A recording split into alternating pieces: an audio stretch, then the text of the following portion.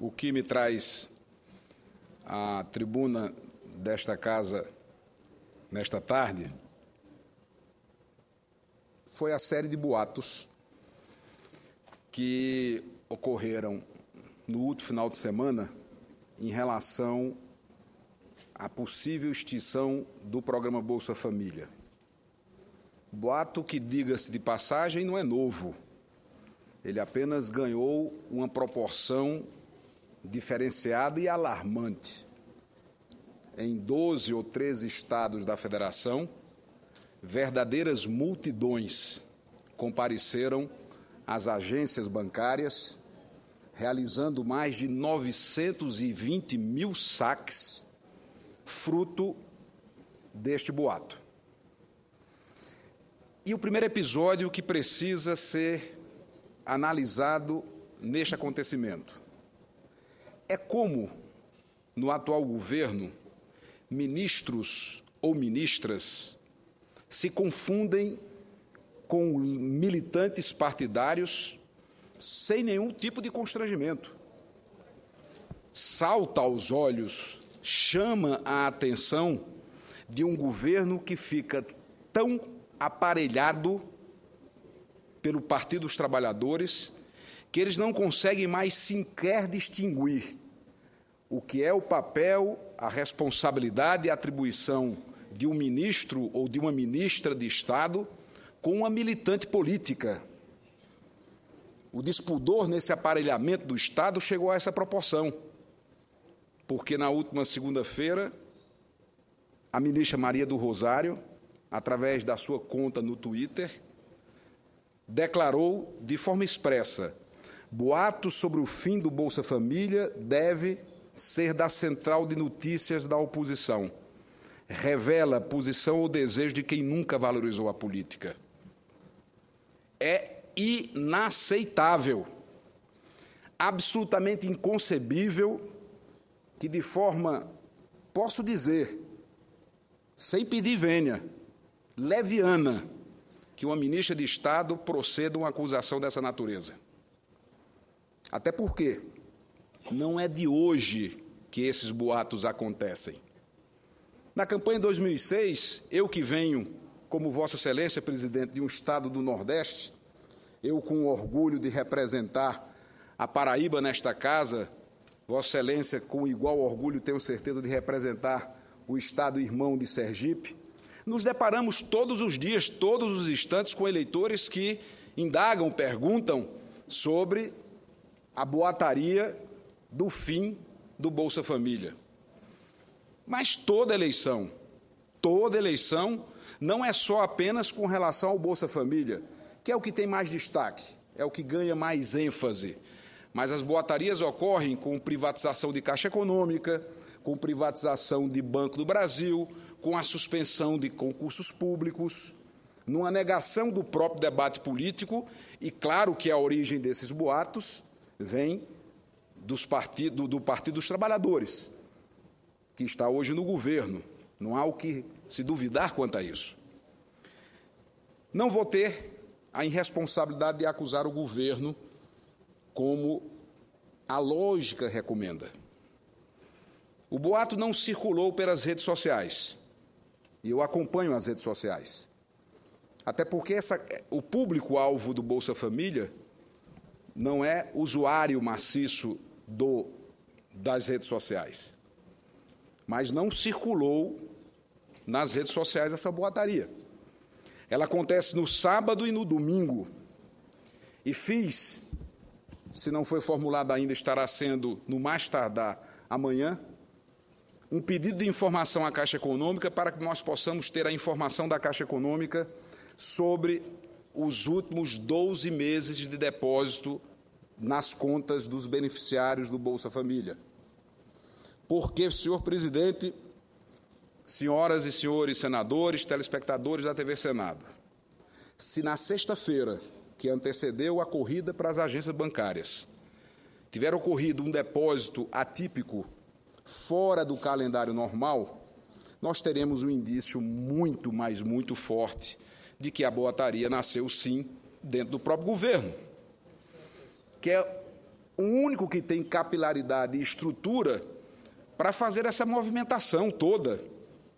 Porque nas campanhas de 2006 e 2010 a boataria existia, mas naquela altura, há de se reconhecer, a credibilidade do governo era maior. E o episódio do final de semana revela outro aspecto. Toda essa corrida é um voto de desconfiança do governo.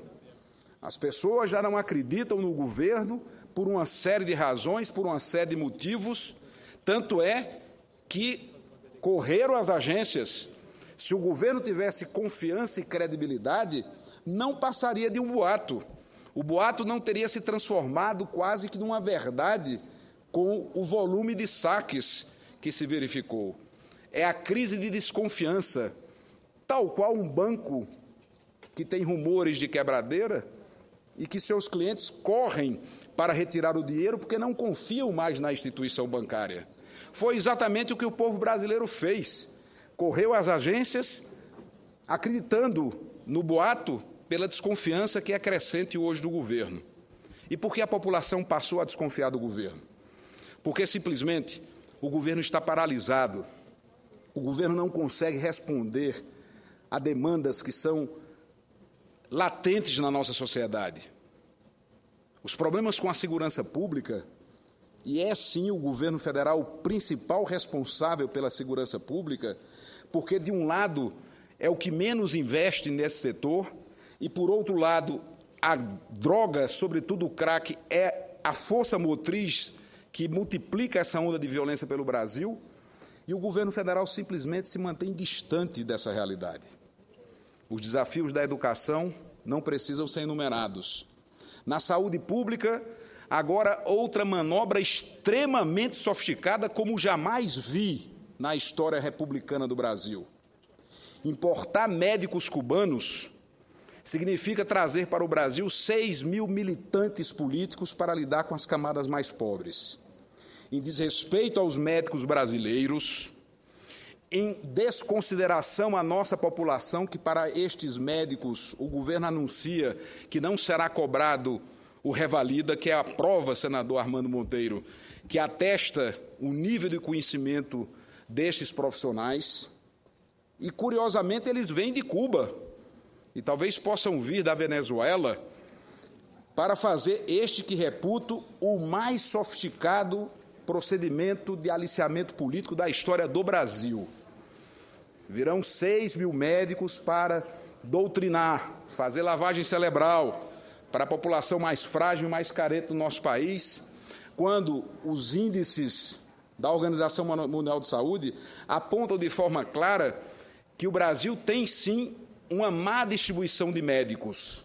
Há uma concentração de médicos, inegavelmente, nos grandes centros, na faixa litorânea do Brasil. Mas temos médicos em quantidade suficiente para atender a nossa população. O que ocorre é a má distribuição desses profissionais. E, ao mesmo tempo em que se espalha o boato da Bolsa Família, se anuncia, por outro lado, a importação de médicos cubanos para fazer doutrina política. Você vê cada vez de forma mais nítida que, lamentavelmente, nós somos obrigados a constatar que o governo já não tem mais um projeto de Brasil e possui apenas um projeto de poder. E é um projeto que tenta prevalecer a todo preço, a todo custo, com qualquer que seja a prática. Com qualquer que seja a prática de aniquilar reputações, de eliminar adversários. Não faz muito tempo que esse plenário, sob a batuta do governo, tentou impedir a candidatura de Marina Silva, porque no desejar da presidenta Dilma, ela vai ser candidata única, não vai ter contraditório, porque o que se pretende é impor o pensamento único.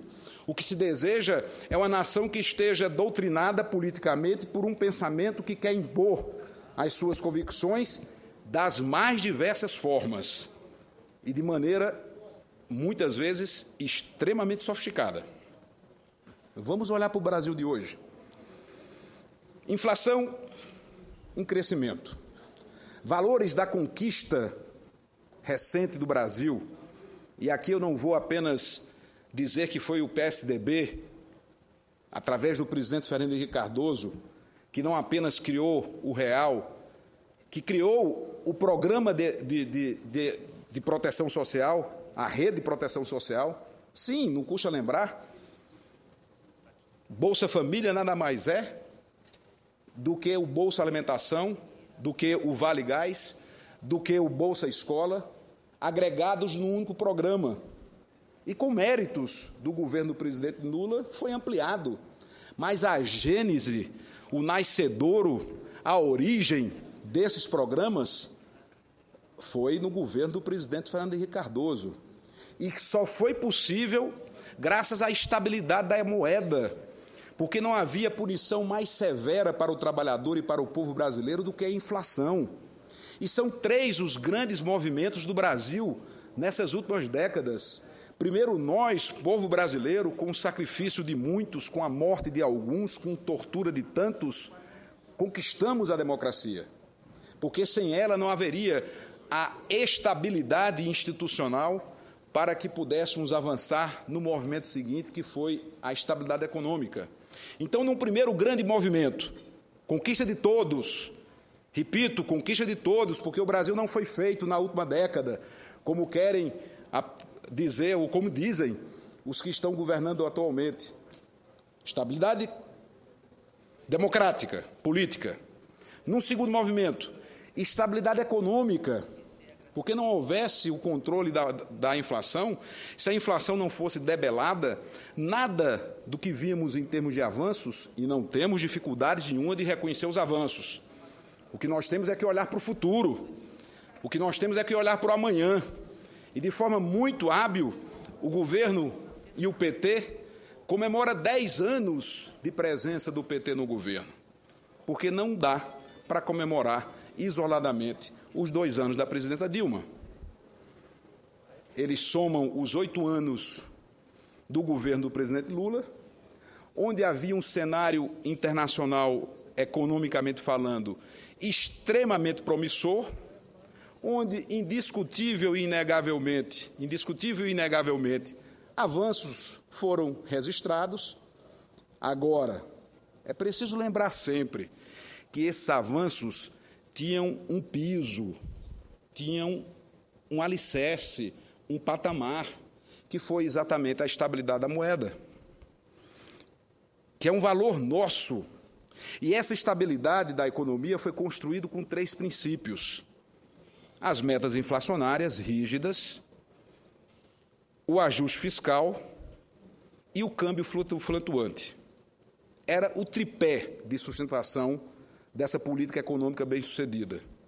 E talvez, dentre tantos outros méritos que o presidente Lula possa ter tido, um dos maiores méritos que Lula teve foi ter dito: esqueçam o que eu disse no passado, esqueçam o que eu preguei como oposição, porque agora a regra será essa.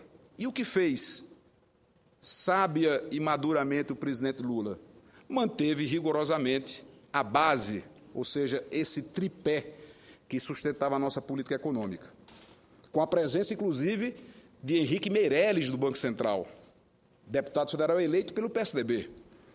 Não apenas incorporou o nosso programa, não apenas incorporou a nossa proposta de política econômica, como foi buscar quadros dentro do próprio PSDB para compor o seu governo. Méritos para Lula.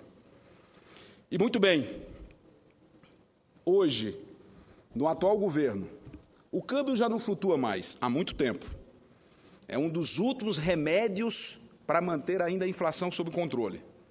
O governo, de forma equivocada, utiliza-se do câmbio para manter uma pressão inflacionária, em prejuízo de uns e em favor de outros. A segunda perna, ajuste fiscal rigoroso. Esse já foi para o espaço há muito tempo. O governo federal, o ano passado, não conseguiu fazer sequer superávit primário. Para quem não sabe o que é o superávit primário, traduzindo para quem não conhece essa linguagem mais técnica, digamos assim, é quando você desconta os juros da dívida e analisa o que o governo arrecadou e o que o governo gastou com o restante, sem computar, sem calcular as despesas com o pagamento da dívida pública. Pois bem, no campo fiscal, rombo de 20 bilhões de reais. O governo não fechou as contas em 20 bilhões de reais. E, ao final do exercício, fez lá uma química contábil. Fez lá uma maquiagem. Artificializou o pagamento de dividendos do Banco do Brasil, do BNDES, da Caixa Econômica, para fechar a conta dos 20 bi. Ou seja, é um governo que exige responsabilidade fiscal dos estados, é um governo que exige responsabilidade fiscal dos municípios, mas é o mesmo governo que rasgou, literalmente rasgou, uma das maiores conquistas do Brasil moderno, que foi a Lei de Responsabilidade Fiscal. Aí vamos agora para a terceira perna desse tripé, meta inflacionária. Não apenas o governo já não atinge a meta da inflação, como ele já atingiu o teto. Em fevereiro, ao contrário, já ultrapassou o teto da meta inflacionária. E não consegue tratar da nossa economia de forma conjunta. As ações são estanques, espasmos de desoneração, espasmos de política industrial, espasmos de estímulo à produção, porque, na verdade, o que há é um governo que não consegue fechar suas contas, porque não faz muito tempo bateu a casa dos 39 ministérios. 39 ministérios. Uma máquina pública que não para de crescer. E essa máquina custa para o cidadão. Os contribuintes pagam e financiam essa máquina. E o descontrole se revela nas contas públicas, que não fecham. Vou repetir, o governo não consegue sequer fazer superávit primário, que é o beabá, que é o dever de casa, que é a mais básica das conquistas de uma gestão fiscal responsável. O mínimo de responsabilidade fiscal que você pode exigir de um governante é, sem dúvida, atender à meta de superávit primário. E é este o cenário que estamos convivendo. Eu escuto com muita alegria o senador Armando Monteiro. Senador Cássio, eu quero me congratular com Vossa Excelência. Acho que sua palavra, além de me ser sempre muito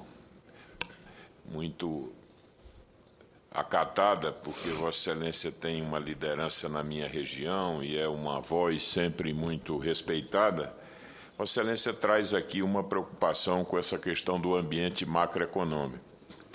Eu quero compartilhar com Vossa Excelência essa preocupação.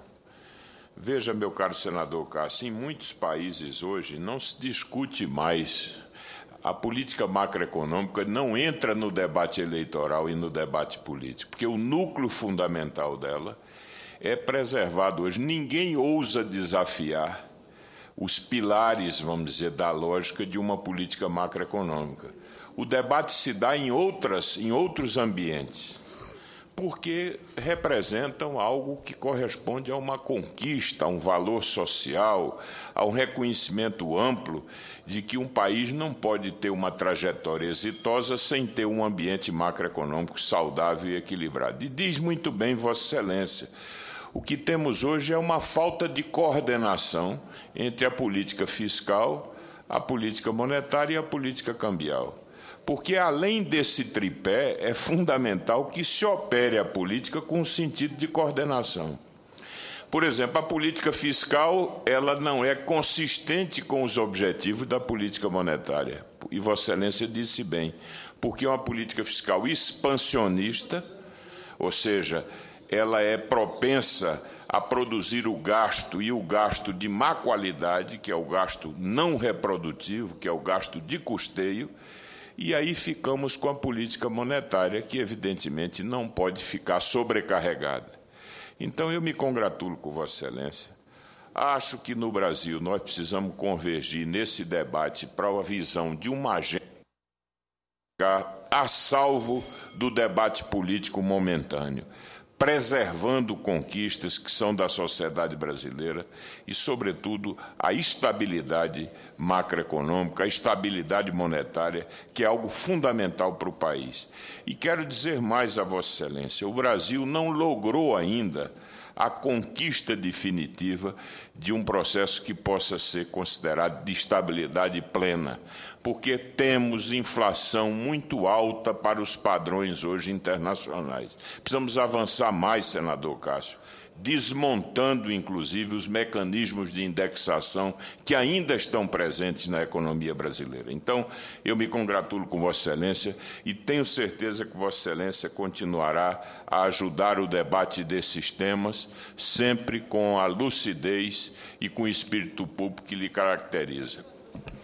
Agradeço, sensibilizado, senador Armando Monteiro, o vosso à parte, que incorporo ao meu pronunciamento, permita-me, enriquece, engrandece, traz novos argumentos, argumentos sempre pertinentes, lúcidos, e como o tempo já expira, eu encerro, então, o meu pronunciamento com a contribuição valiosa de Vossa Excelência. Apenas concluindo toda a construção desse pensamento, que é chegada a hora de elevarmos o nível da política, de olharmos para o Brasil e construirmos juntos, como sociedade que somos, mais uma etapa desse ciclo histórico, que de forma recente começa com a redemocratização, passa pela estabilização da moeda, da economia, completa-se com avanços no campo social, mas que nos aponta para a necessidade de construirmos um país moderno e competitivo. E não será com um projeto de manutenção de poder que faremos o Brasil moderno e competitivo que nós queremos. Estaremos nessa casa, nessa tribuna, para fazer não apenas o bom combate, mas realizar também o bom debate. E é esse bom debate que estamos propondo para que práticas como a que aconteceu no último final de semana, de boatos, independente de quem seja a origem, não sejam atribuídas à oposição como fez uma ministra de Estado, confundindo-se, surpreendentemente, com uma mera militante política. O Brasil não tolera mais essa prática. Senador Cássio Cunha Lima, nós agradecemos o seu pronunciamento e digo que logo saberemos a origem de toda essa maldade, como disse a presidente Dilma, já que a Polícia Federal foi acionada e já deve ter começado as investigações sobre a origem de tudo isso. Sobre a importação de médico, não creio que esse seja o melhor caminho.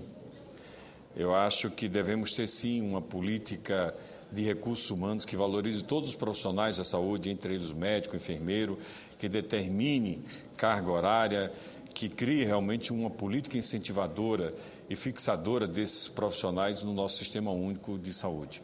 Com certeza, esse é o caminho. Não creio que seja importando que a gente vá também resolver. E é imaginável pensar de que qualquer profissional médico, por exemplo, venha a esse país, venha exercer a medicina e não tenha que submeter ao exame de revalida. Isso seria dizer que a lei é só para alguns, não é para todos. Então, isso não passa nem pela minha cabeça que o governo vai aceitar uma situação como essa. Eu acho que isso é inconcebível, porque verdadeiramente a lei tem que ser para todos, inclusive para todos os profissionais que aqui queiram realmente trabalhar com custo de família.